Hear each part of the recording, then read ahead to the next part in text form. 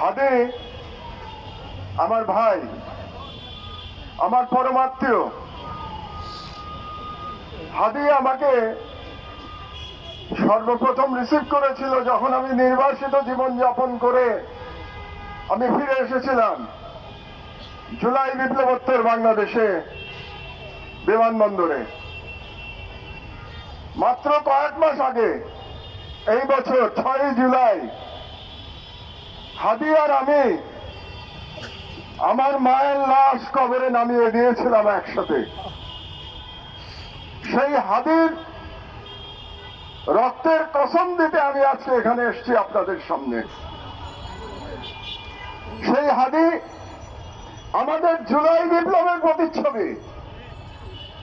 জুলাই বিপ্লব অনেক ষড়যন্ত্র সত্ত্বেও যে এখনো পরাজিত হয় নাই তার প্রমাণ